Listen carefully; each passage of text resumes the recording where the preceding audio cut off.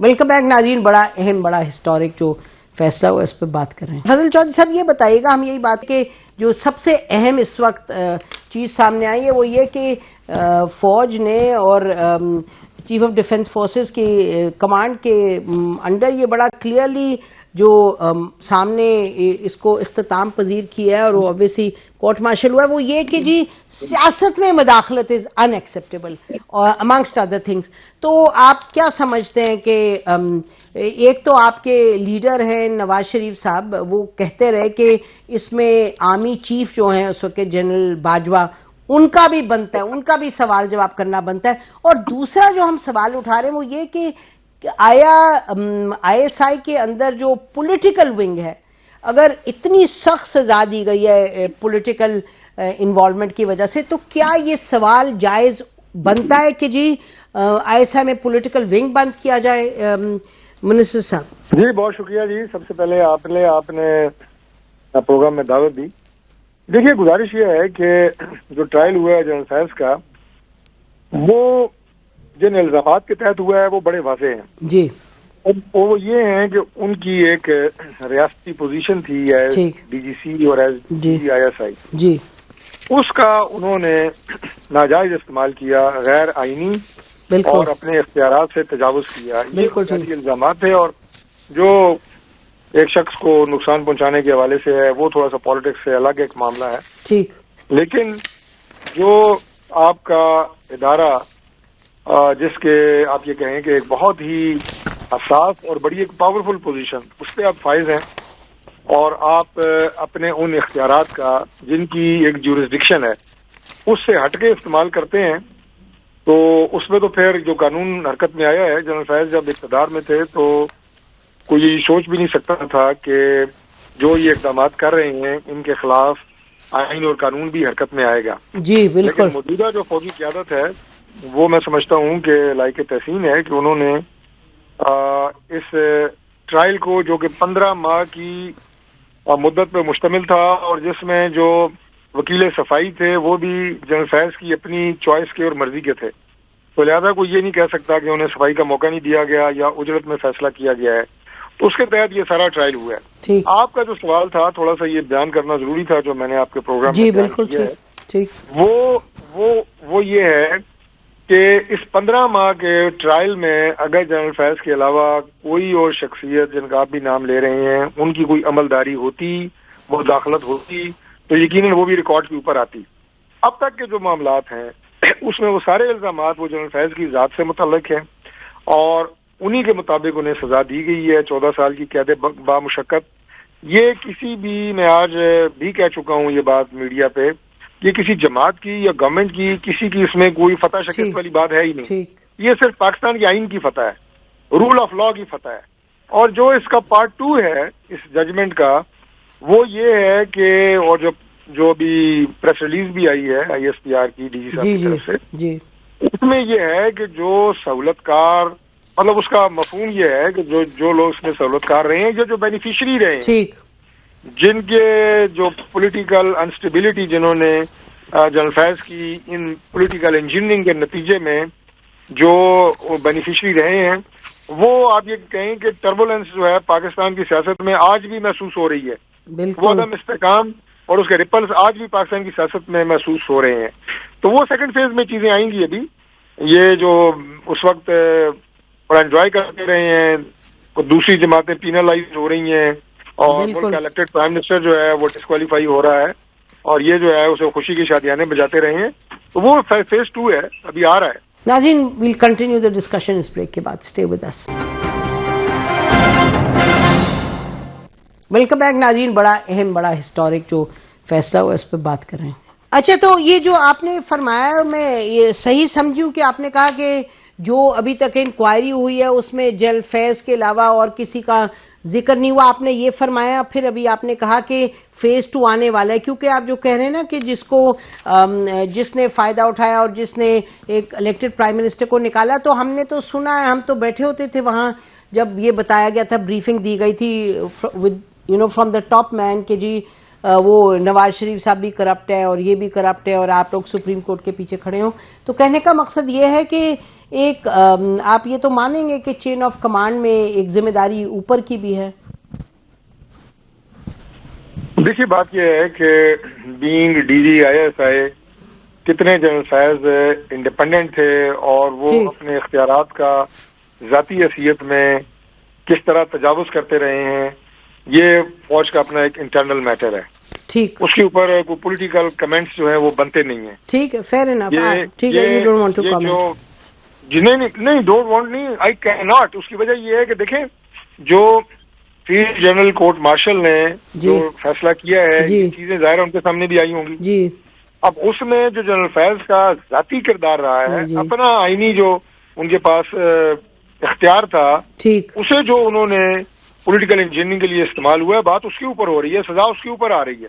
ٹھیک. اگر اس کے اوپر کسی اور کی پریشر ہوتا یا کسی اور کی انوالومنٹ ہوتی تو یقیناً 15 ماہ کے ٹرائل میں وہ باتیں ڈسکس ہوتی. جی دیکھیں، جی دوسری بات یہ ہے بتائیے کہ جو بات میں نے کہی کہ آگے آئندہ آنے والے فیز 2 باقی بھی لوگ اس میں آ سکتے ہیں یا آئیں گے، وہ لوگ ہیں جو بینیفیشری ہیں. بالکل ٹھیک ہے، ایسی بات جو بینیفیشری ہیں سسٹم کے، جنرل فیض سسٹم کے، جو عمران اور جنرل فیض کا ایک گٹھ جوڑ تھا، ایک نیکسس تھا. بالکل، وہ ابھی اس کے اوپر سے ابھی پردہ اٹھنے کی باری رہتی ہے، وہ بعد میں آئے گی.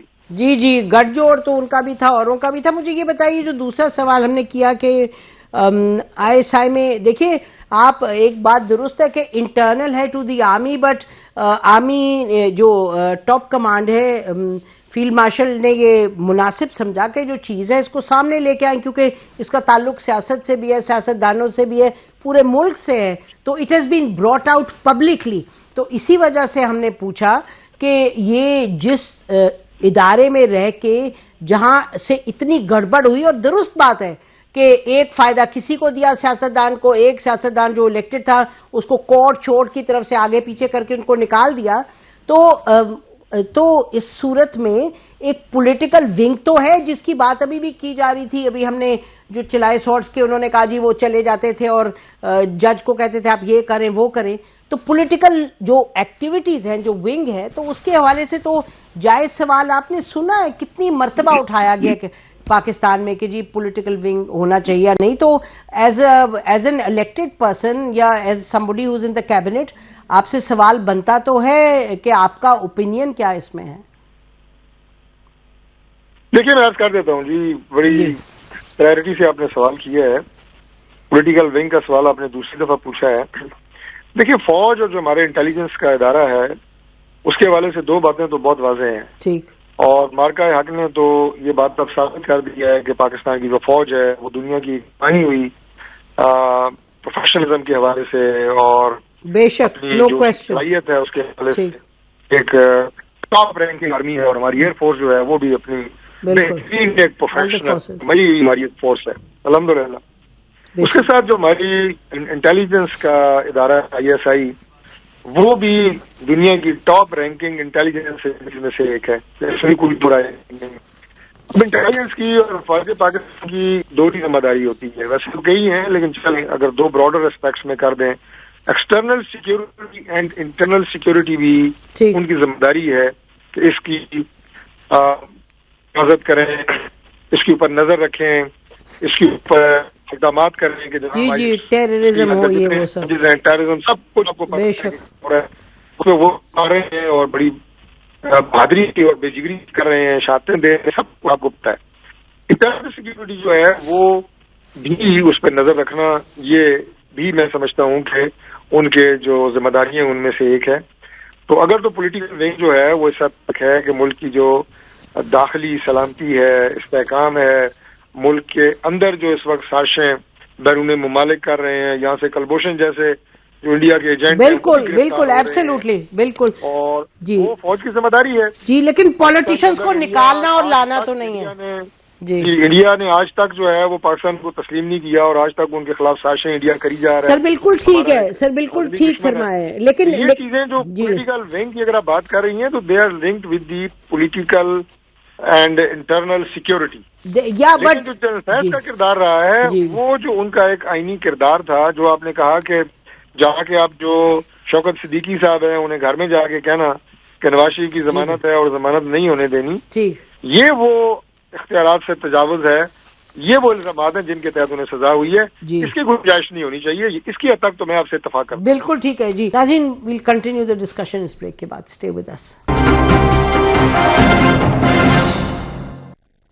ویلکم بیک ناظرین. بڑا اہم معاملہ ہے، اس پر گفتگو ہم کر رہے ہیں. کھوکھر صاحب، آپ بڑے صبر سے تمام گفتگو سنتے رہے ہیں. آپ نے سنی کہ ادارے کے حوالے سے بھی، سیاستدانوں کے حوالے سے بھی.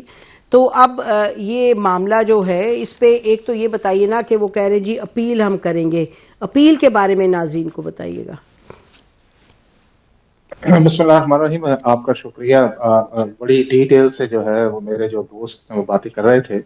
ایک تو بات بڑی واضح ہے کہ جو آپ نے لا کا پہلے پوچھا ہے تو میں آپ کو وہ بتا دیتا ہوں. چونکہ ابھی جو فیلڈ جنرل کورٹ مارشل مکمل ہوا ہے، اس کے بعد یہ ہے کہ جو سینٹینس کی کنفرمیشن کا ایک پروسیس ہے جو چیف آف آرمی اسٹاف کرتے ہیں، اور اس کے بعد فیڈرل گورنمنٹ کے پاس جو ہے وہ آپ مرسی پٹیشن یا پارڈن جو ہے وہ سیکشن 131 کے نیچے فائل کر سکتے ہیں.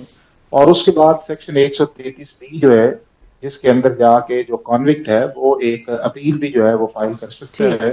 اور اگر اس کی اپیل جو ہے وہ 40 دن کے اندر اس نے اپیل کا ٹائم ہوتا ہے، اور اگر اس کی اپیل اس کے خلاف ہوتی ہے تو اس کے بعد وہ ہائی کورٹ کے اندر جا سکتا ہے. اور اگر ہائی کورٹ کے اندر اس کے حق میں فیصلہ نہیں آتا تو وہ پاکستان کی سپریم کورٹ میں جا سکتا ہے. اور اگر سپریم کورٹ میں بھی نہیں ہے تو پھر ریویو جورسڈکشن جو ہے وہ ایکسرسائز کر سکتا ہے. یہ تو ایک پروسیس ہے. دوسرا جو آپ کا ایک پری ٹرائل کا پروسیس ہے جو اس کیس کے اندر انیشیٹ ہوتا ہے، چاہے وہ 2017 کا انسیڈنٹ آئے ٹاپ سٹی کا، لیکن جو معاملہ ٹریگر ہوا ہے وہ ہوا ہے پاکستان کی سپریم کورٹ کا آرڈر، جس میں آپ بھی اس پروسیڈنگز کے اندر موجود تھیں، جو 14 نومبر 2023 کو پاکستان کی سپریم کورٹ نے جو CM تھی ٹاپ سٹی کو اس کے اوپر آرڈر کیا اور کہا کہ جی آپ منسٹری آف ڈیفینس اس کو دیکھ لیں. اس کے اوپر ایک ہائی پارٹ کمیٹی بنی، اس نے اپنی فائنڈنگز دی. اس فائنڈنگز کے بعد جو ہے ایک کورٹ آف انکوائری جو ہے وہ 24 اپریل 2023 کو بنی، اور اس کے بعد سمری آف ایویڈنس آئی، اور 12 دسمبر 2024 کو انہیں کسٹڈی کے اندر لیا گیا، اور اس کے بعد 10 دسمبر 2024 جو ہے ان کے خلاف چارج شیٹ جو فریم کی گئی.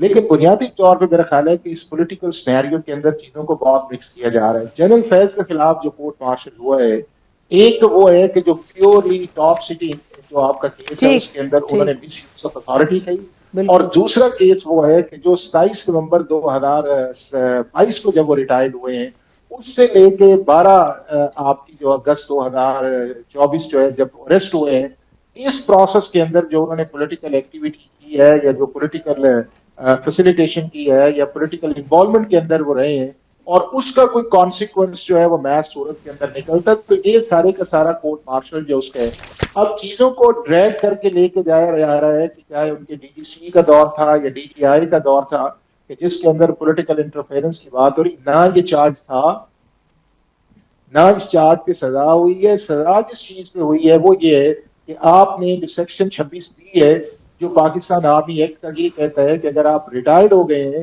تو 2 سے 5 سال اگر آپ ایک آرڈنری پوزیشن پہ رہے ہیں تو 2 سال آپ کو ریسٹرین کرنا چاہیے، اور اگر آپ کسی امپورٹنٹ پوزیشن کے اندر ہیں جس طرح چیف آف آرمی اسٹاف ہے، جنرل ہے، DGI ہے، DMI ہے یا اور بھی سینئر پوزیشن ہے، تو آپ 5 سال تک کسی بھی پولیٹیکل ایکٹیویٹی کے اندر حصہ نہیں لے سکتے، یا پولیٹیکل الائنمنٹ کے اندر یا پولیٹیکل انٹرفیرنس کے اندر یا پولیٹیکل سپورٹ کے اندر آپ نہیں جا سکتے.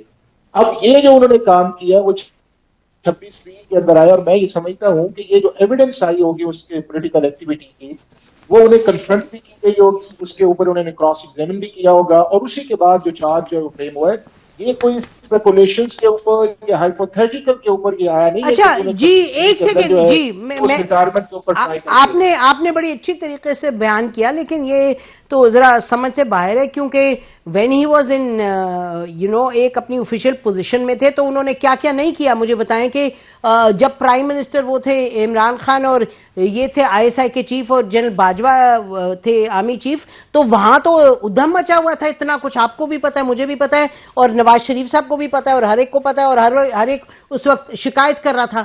مطلب کہ اب یہ کہنا کہ جی اس وقت تو کوئی پتہ نہیں ان کا کیا رول تھا، بہت غلط رول تھا. اور جو فیلڈ مارشل عاصم منیر ہیں وہ ہی از ویری آئی تھنک کوگنیزنٹ کہ جو معاملات گڑبڑ اس وقت بھی ہوئے ہیں.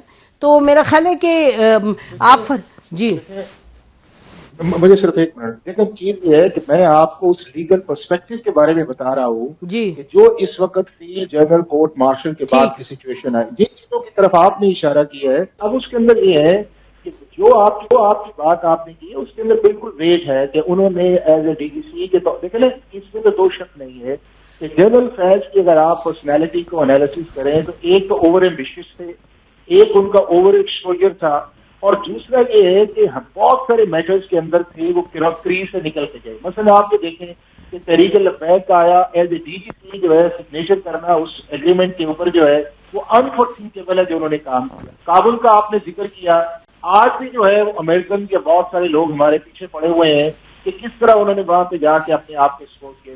شوکت صدیقی صاحب کی بیجنگ آپ دیکھ لیں اس کے اندر کس طرح. پھر اس کے بعد یہ ہے کہ پرائم منسٹر کی فیملی تک ان کی ایکسس آپ دیکھ لیں، یا یہ ہے کہ فارمر پرائم منسٹر کی اسٹیٹمنٹس کے وہ کرنل جو تھے وہی ہمارا کام چلاتے تھے، بجٹ ہو یا یہ بالکل ایسی بات ہے جی، ایسی بات ہے. وہ آؤٹ سورس تھی. لیکن سسٹر بات اس وقت یہ ہے کہ کیا وہ چیزیں جو ہیں جو اس وقت فی جنرل کورٹ مارشل کے اندر جو چیزیں آئیں گے کیا یہ اس پروسیڈنگ کا حصہ تھی یا ان پہ وہ چارج تھا یا ان کو کنفرنٹ کیا گیا، وہ نہیں ہے. اچھا نہیں ٹھیک ہے، آپ نے بہت I think this is very important کہ جو آپ نے کلیریفائی کیا کہ جو یہ پولیٹیکل انوالومنٹ ہے اس کا تعلق ہے آفٹر ہی ریٹائرڈ. ہم تو یہ کہہ رہے ہیں کہ یہ جو ایک مرض ہے اور یہ ایک بہت سیریس معاملہ ہے کہ پالیٹکس میں انوالو ہو جانا ان کا جنرلز کا اور اس پوزیشن پہ آ کے اور یہ رول ادا کرنا. ایک تو ضرور سوال اٹھتا ہے کہ the top command at that time وہ عمدن اس کو کرنے دے رہے تھے، معاملات کو گڑبڑ کرنے دے رہے تھے، اس کو سے مطلب جو معاملات ہیں، یا پھر وہ اتنے ڈھیلے تھے کہ انہیں پتہ ہی نہیں چل رہا تھا کہ کیا ہو رہا ہے. تو ایک تو یہ ضرور سوال اٹھتا ہے اور اس کا اس کے جواب میں بہت کچھ پنہا ہے، کیونکہ جو معاملات گڑبڑ ہوئے اس میں پھر ٹاپ کمانڈ کا تو رول بنتا ہے. اور دوسرا یہ جو آپ نے فرمایا کہ جی اس وقت کا جو معاملہ ہے اس پہ نہیں ہے، اور جو منسٹر صاحب نے بھی فرمایا کہ فیز 2 ہونے والا ہے تو فیز 2 میں دیکھیں کیا ہوتا ہے. تو میرا خیال ہے کہ پاکستان کی جو سیکیورٹی فارن پالیسی ہے اور اس کا جو ایک استحکام ہے اس کے لیے ضرورت ہے کہ بالکل ہر صورت ایک پروفیشنلزم ہو at the highest level and not dabbling in politics like this. آپ سب کا بہت بہت شکریہ. پروگرام اسی پر آج کا پروگرام ختم کرتے ہیں. خدا حافظ. پاکستان زندہ باد.